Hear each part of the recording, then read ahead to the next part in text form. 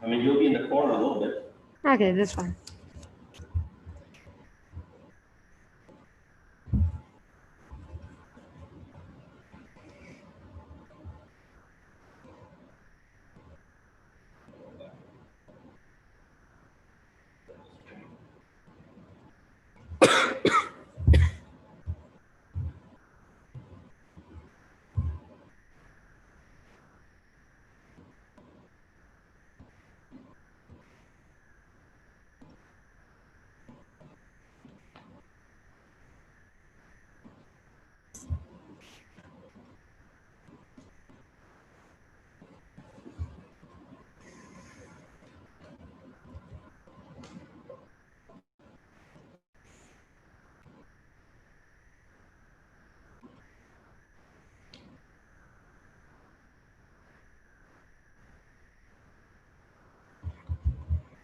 بسم الله الرحمن الرحيم. اللهم صل على محمد وآل محمد.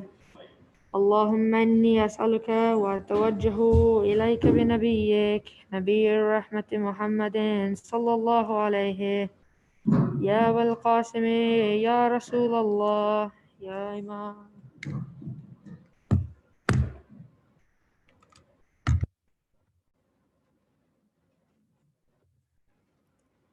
بسم الله الرحمن الرحيم. اللهم صل على محمد وآل محمد.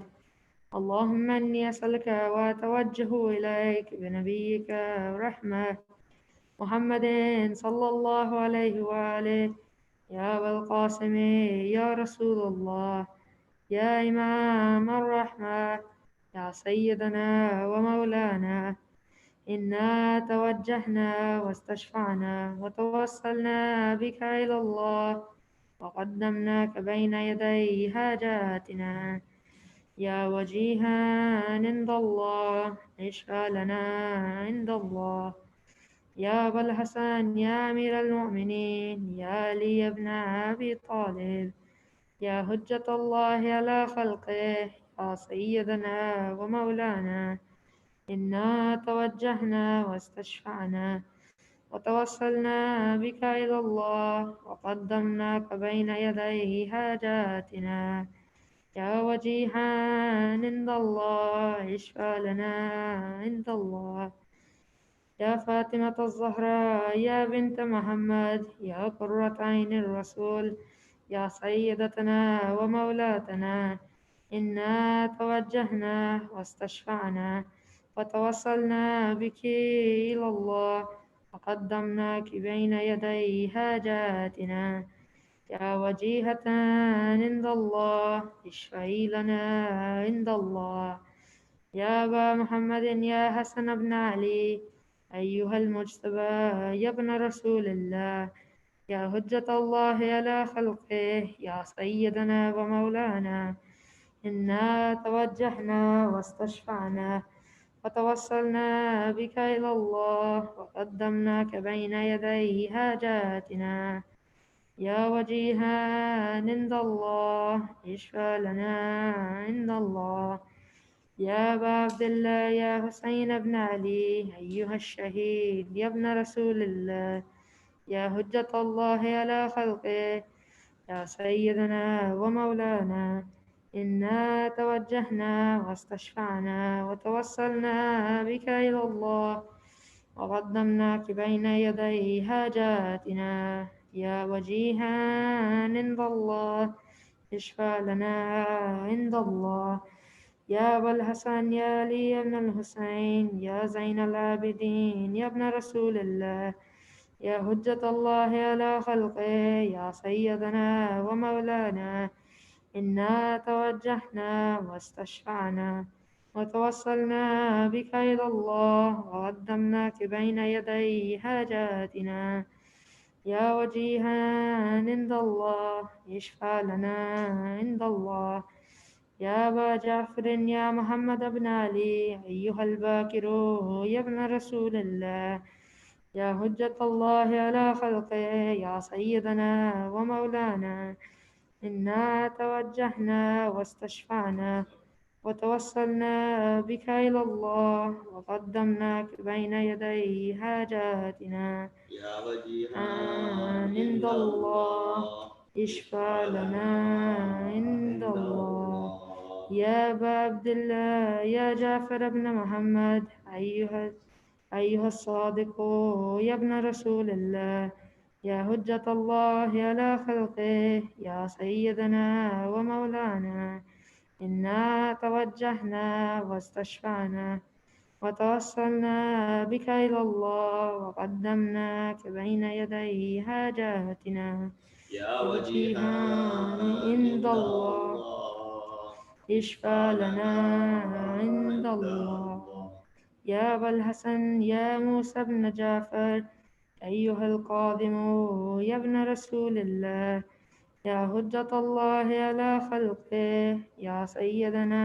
ومولانا إنا توجهنا واستشفعنا وتوصلنا بك إلى الله وقدمناك بين يدي حاجاتنا يا يا وجيها وجيها عند الله الله اشفى اشفع لنا لنا عند عند الله الله يا أبا الحسن يا علي بن موسى أيها الرضا يا ابن رسول الله يا حجة الله على خلقه يا سيدنا ومولانا إنا توجهنا واستشفعنا وتوصلنا بك إلى الله وقدمناك بين يدي حاجاتنا يا وجيها عند عند الله الله اشفع اشفى لنا لنا عند الله يا أبا جعفر يا محمد بن علي أيها التقي الجواد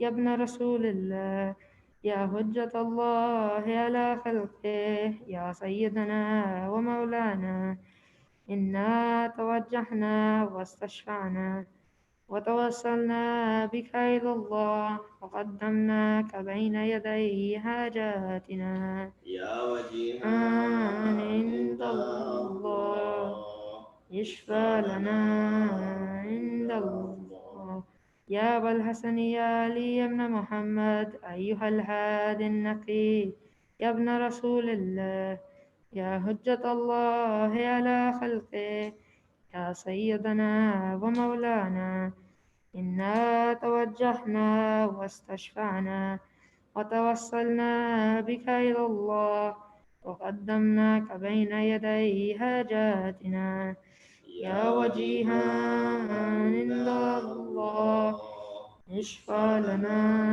عند عند الله الله يا أبا محمد يا حسن بن علي أيها الزكي العسكري يا ابن رسول الله يا حجة الله على خلقه يا سيدنا ومولانا إنا توجهنا واستشفعنا وتوصلنا بك إلى الله وقدمناك بين يدي حاجاتنا يا وجيها عند عند الله الله اشفع اشفى لنا لنا عند عند الله الله يا وصي الحسن والخلف الهجة أيها القائم المنتظر المهدي يا ابن رسول الله يا حجة الله على خلقه يا سيدنا ومولانا إنا توجهنا واستشفعنا وتوصلنا بك إلى الله وقدمناك بين يدي حاجاتنا يا وجيها عند عند الله الله اشفى اشفع لنا لنا عند عند الله الله حاجات.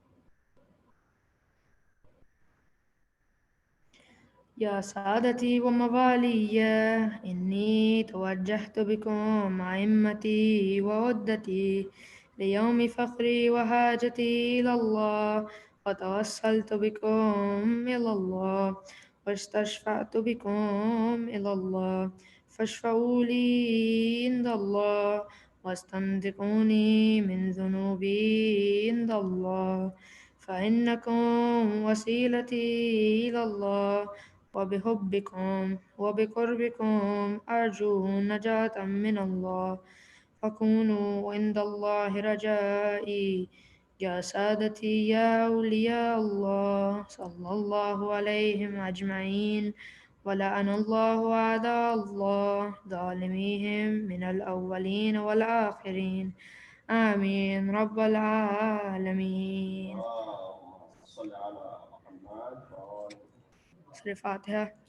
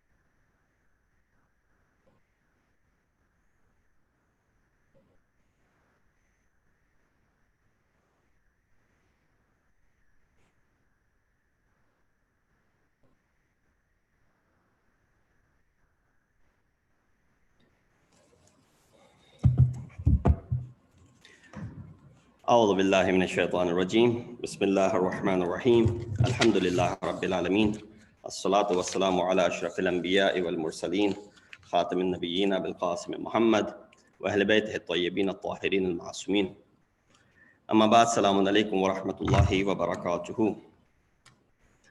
Just come and click on the screen for, I can't change it unless it, just anywhere click on the screen, just click.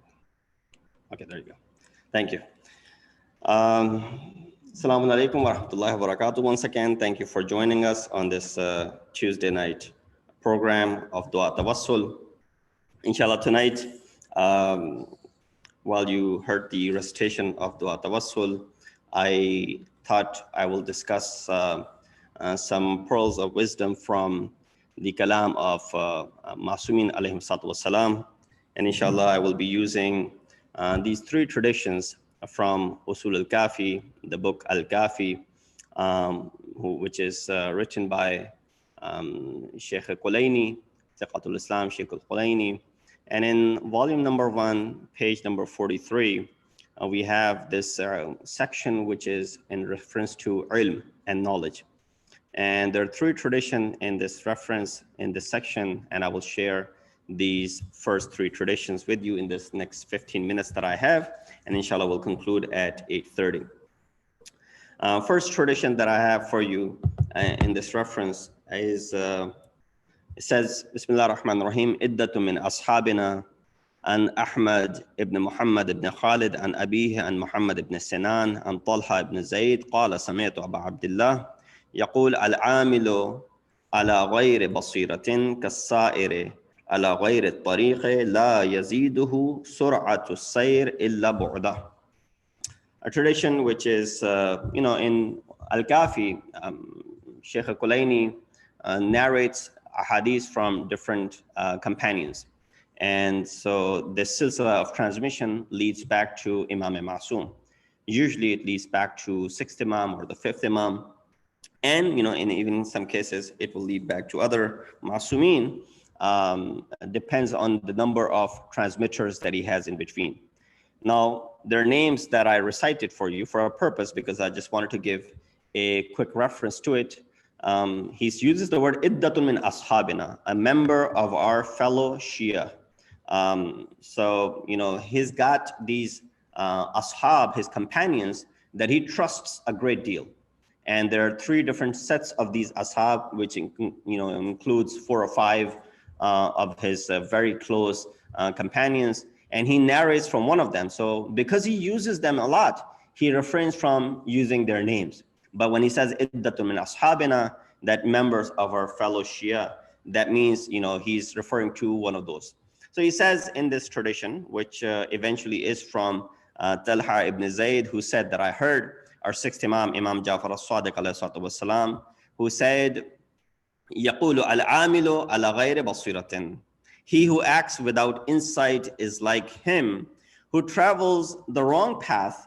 Haste in travel increases him only in distance from his desired destination. Let me elaborate on what this tradition is saying. Basically, Imam alayhi salatu wassalam here, in a simple, oversimplifying, if I wanted to use my language, Imam is saying that if you were to act without insight, the word basira will use and refer to as insight, and I will explain what this word basira, is usually translated as insight, but the synonym of intellect in the first sense of the word. To act with insight, right, is the ones who uses his intellect for a right purpose. And therefore, specifically, having insight is a phrase mentioned in the traditions to describe those who use their intellect to know their duties in terms of faith and action.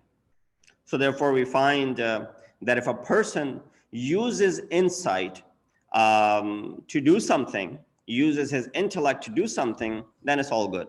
But if he acts, an amil, the person who's doing this action, acts on lack of intellect or lack of basirat or lack of insight, what does it do? Imam then gives an analogy, gives an example. That person is like wahu kasa'ire ala ghayri tariq.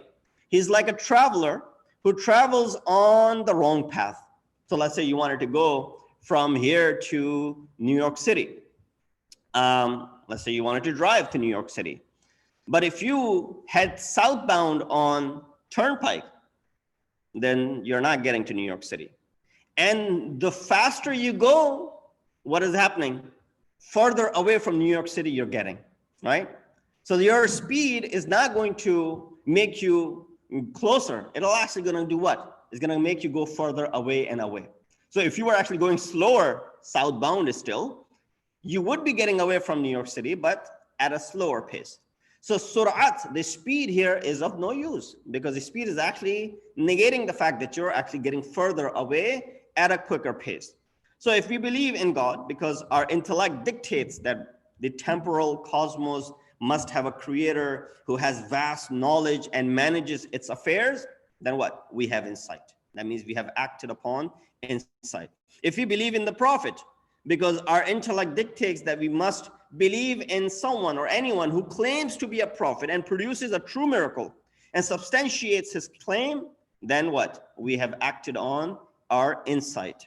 If we believe in the imamat of the rest of the 12 imams, because our intellect dictates that we must obey those who were explicitly appointed by the Holy Prophet and Imam Ali, then what? We have insight. If we exclusively refer to and obey the jurists to determine our religious duties during the occultation of the current imam, because they are the most qualified to determine our duties, and because the imams to whom our obedience is incumbent have also ordered us to refer to these people in their absence, then what? We are acting upon our insight. We're acting upon our intellect. All of these examples in belief in God, belief in the Prophet, believe in the imams, and in the absence of imam, then believe in the jurist who's most qualified and the most skillful. All of this refers to that we are acting upon our insight and we're using our insight. And if we were not to use our insight in any of these matters, no matter how quick we are, what is happening? We're actually getting away from the true path. Like the example of, traveling and going to New York City that I gave you. So if we live and act with insight, we are like him who travels a path to his destination.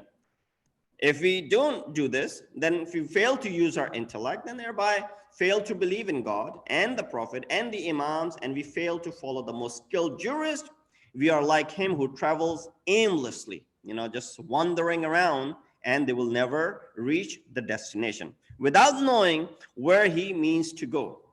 Whatever we do will be founded on conjecture and the frivolous opinion. And since there are false standards, acting on them leads away from God, and they're not, short in numbers. There are a lot of them that you can hold on to any of these paths, which will then take you away from the true path. Then this is where the problem arises. So we see how Imam in this first tradition that I'm sharing with you, according to our understanding of this tradition, it does not, Imam alayhi he says, for acting without insight is not same as acting without knowledge. That is true. Sometimes you may have knowledge and you act without insight. You don't utilize that knowledge. A lot of people have knowledge, but they may not use their intellect.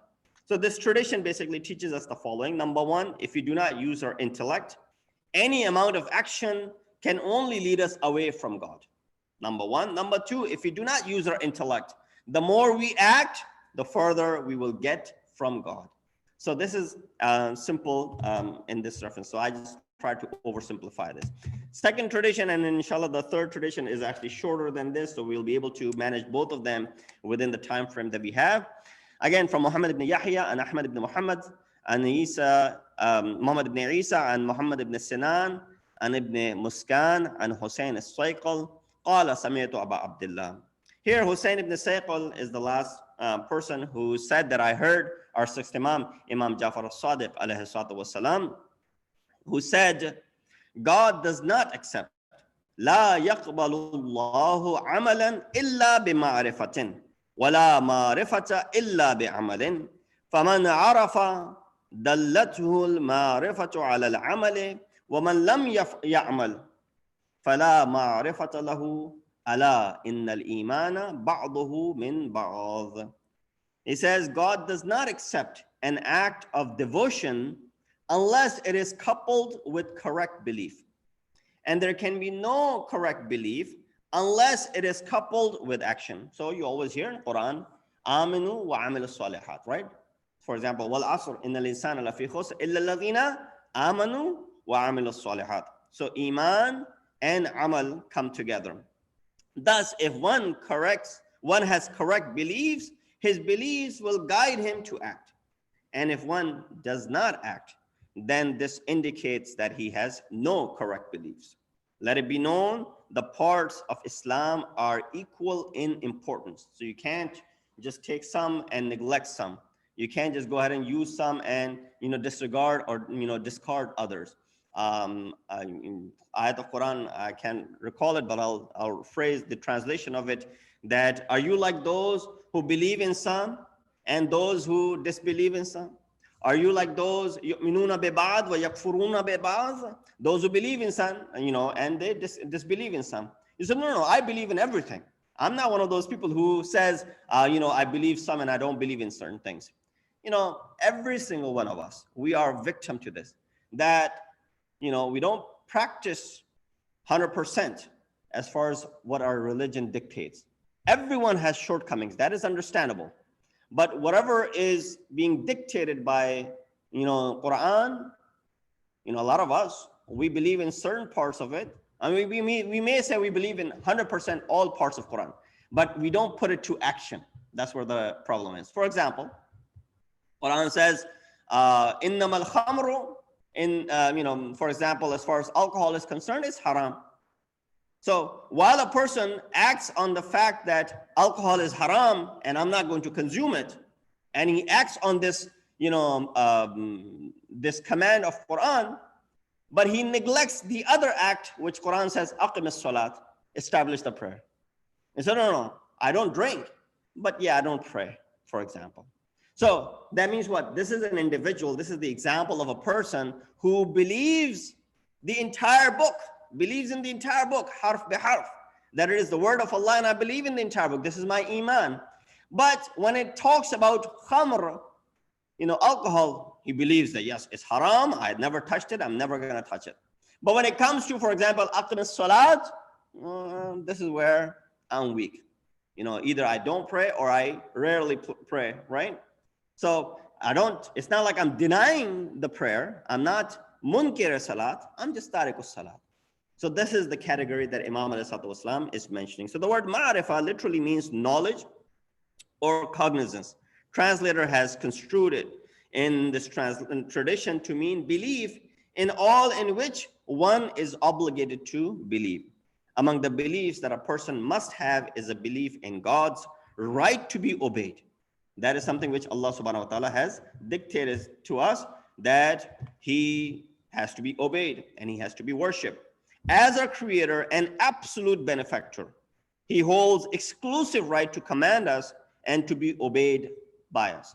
Therefore, everything that he has said, you don't say, well, I believe 90%, 95%, 99.9%. Even then, that 0.01% that you are not believing, that is detrimental to your iman and to your faith. Parts of Islam, he refers to the beliefs and actions, just as belief without action indicates deficient belief. So to action without belief constitutes something deficient. Both components are vital. And last tradition in this reference, and inshallah I will conclude, anhu, the continuation from the previous narration. When it says anhu, that means from the previous narration. It says an Ahmad ibn Muhammad and ibn Faddal amman rawahu an Abi Abdullah, that قال رسول الله صلى الله عليه وسلم من عمل على غير علم كان ما يفسد أكثر ما يصلح. The Messenger of Allah said, if one acts without knowledge, he will act incorrectly more than he acts correctly.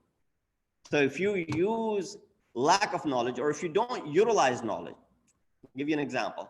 You bought something which has to be assembled. Now it comes with a piece of paper, manual, that you can go ahead and use this to assemble it. But if you don't use that, and you're not well versed in, for example, if it was something simple it's a bookshelf. So, bookshelf, putting it together might be easy.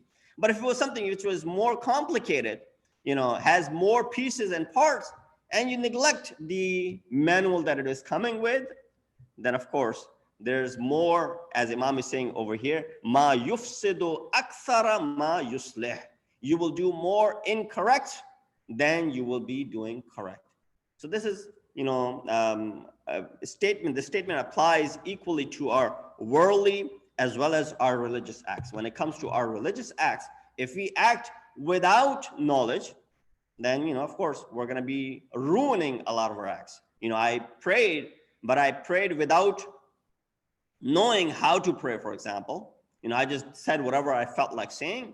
I did it 5 times a day, but I said whatever I felt like saying. This prayer there's more fasad in it. There's more corruption in it than there's any good in it. Similarly, when it comes to our worldly affairs, same thing is true, that if we were to do something without knowledge, we will corrupt more than we will fix. Thank you very much for listening. Wa akhiru da'wana and alhamdulillahi rabbil alameen. Wa sallallahu ala sayyidina Muhammad wa ala ahli baytihi at-tayyibin at-tahirin al-ma'sumin. Assalamu alaikum wa rahmatullahi wa barakatuhu.